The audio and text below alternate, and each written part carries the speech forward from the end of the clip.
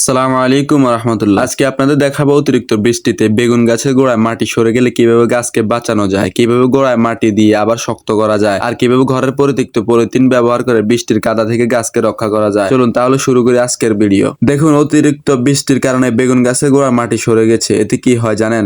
গাছের মূল রোড খোলা পড়ে যায়, বাতাসে গাছ নড়াচড়া করে দুর্বল হয়, বেশি কাদার চাপ পেলে গাছ পচে মারা যায়। এখন আমরা ধাপে ধাপে সমাধান করব। প্রথমে আমি আশেপাশে শুকনো বা আধা শুকনো মাটি সংগ্রহ করলাম। এবার হাতে করে গাছের গোড়ায় আস্তে আস্তে মাটি দিয়ে দিলাম। মাটি এমন ভাবে দেবো যেন মূল ঢাকা পড়ে যায় কিন্তু গাছের কাণ্ড একদম ডেকে না যায়। এরপর হাত বা ছোট কোদাল দিয়ে চারপাশটা সমান করে দেবো যেন পানি জমে না থাকে। এটা করতে করতে ধীরে ধীরে দেখানো হবে মাটি তোলা গাছের গোড়ায় ঢালা, হাত দিয়ে চেপে বসানো। বৃষ্টি বেশি হলে পানি যেন গোড়ায় জমে না থাকে, তাই আমি গাছের পাশে ছোট ড্রেন করে দিলাম। এতে পানি নিজে থেকে বের হয়ে যাবে। এই ধাপটা খুবই গুরুত্বপূর্ণ। পানি জমলে মূল পচে যায়, তাই নিষ্কাশন ব্যবস্থা থাকতেই হবে। এখন আসি আজকের বিশেষ অংশে, ঘরের পরিত্যক্ত পলিথিন ব্যবহার। আমার ঘরে থাকা পুরাতন পলিথিন গুলো কেটে নিচ্ছি, তারপর গাছের গোড়া চারপাশে বিছিয়ে দিলাম। পলিথিনের কাজ হবে কাদা থেকে গাছের গোড়া রক্ষা করা, অতিরিক্ত পানি সরাসরি না লাগা, মাটি শক্ত হয়ে গাছের মূল নিরাপত্তা রক্ষা করা। দেখুন, এভাবে পলিথিন সাজালে বৃষ্টি হলেও গাছের গোড়া চাপ পড়বে না। এখন 2-3 দিন পর পর দেখে নিতে হবে মাটি নরম হয়ে গেছে কিনা, পলিথিন ঠিক জায়গায় আছে কিনা, গাছের পাতা ঝুলে গেছে কিনা।